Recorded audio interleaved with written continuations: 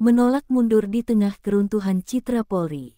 Oleh Nazarudin. Tuntutan agar Kapolri Jenderal Listio Sigit Prabowo mundur bukanlah sekadar protes sesaat, melainkan refleksi dari krisis kepercayaan publik yang akut terhadap institusi kepolisian Republik Indonesia Polri. Di tengah gelombang desakan ini, penolakan Kapolri untuk meletakkan jabatan, dengan dalih ingin bertanggung jawab dan memperbaiki internal, justru dinilai oleh banyak kalangan sebagai contoh buruk etika jabatan yang mengabaikan urgensi pertanggungjawaban moral tertinggi.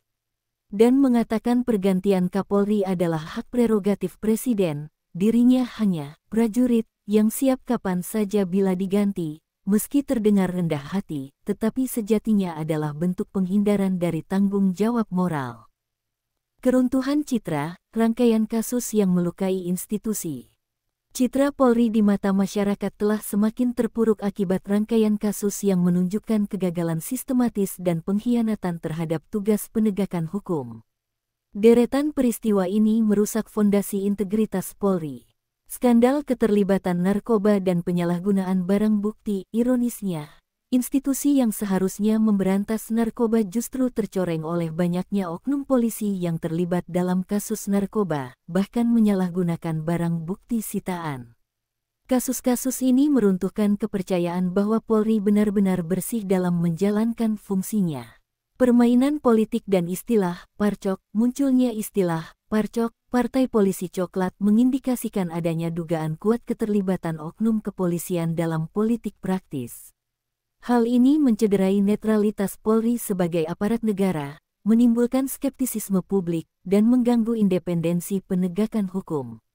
Tragedi besar yang mendunia, luka lama seperti tragedi KM50 masih menyisakan keraguan besar terkait penegakan HAM. Namun, puncaknya adalah kasus Ferdy Sambo, yang tak hanya mengungkap kejahatan pembunuhan, tetapi juga membongkar adanya jaringan rekayasa dan upaya penghilangan barang bukti di internal. Baru-baru ini, dugaan rekayasa kasus Vina Cirebon kembali membangkitkan trauma publik akan ketidakprofesionalan penyidik. Dugaan perlindungan kejahatan dan represi publik, isu dugaan backing terhadap judi online semakin memperparah citra Polri sebagai institusi yang terlibat dalam kejahatan terorganisir. Semua ini diperburuk oleh sikap represif dalam penanganan demonstrasi Agustus tahun 2025 yang berujung pada anarkisme hingga penjarahan rumah pejabat, menimbulkan pertanyaan serius mengenai standar operasional prosedur SOP dan komitmen Polri terhadap pendekatan humanis. Rangkaian kasus yang sistematis dan berulang ini menunjukkan bahwa masalah di tubuh Polri bukan lagi bersifat individual, melainkan kegagalan struktural di bawah pengawasan pimpinan tertinggi. Bertahan bukan solusi, etika jabatan yang tersisa. Dalam situasi krisis multidimensi ini, tanggung jawab moral tertinggi seorang pemimpin adalah bersedia mundur. Alasan Kapolri untuk bertahan, dengan narasi, mundur tidak akan menyelesaikan masalah, ingin mengembalikan moral anggota, dan pergantian Kapolri adalah hak prerogatif Presiden, terdengar kontraproduktif dan bentuk penghindaran dari tanggung jawab moral.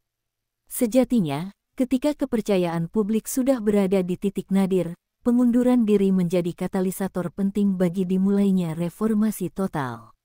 Bertahan di tengah badai reputasi justru menghambat pembenahan karena publik terlanjur tidak lagi menaruh harapan pada kepemimpinan yang ada.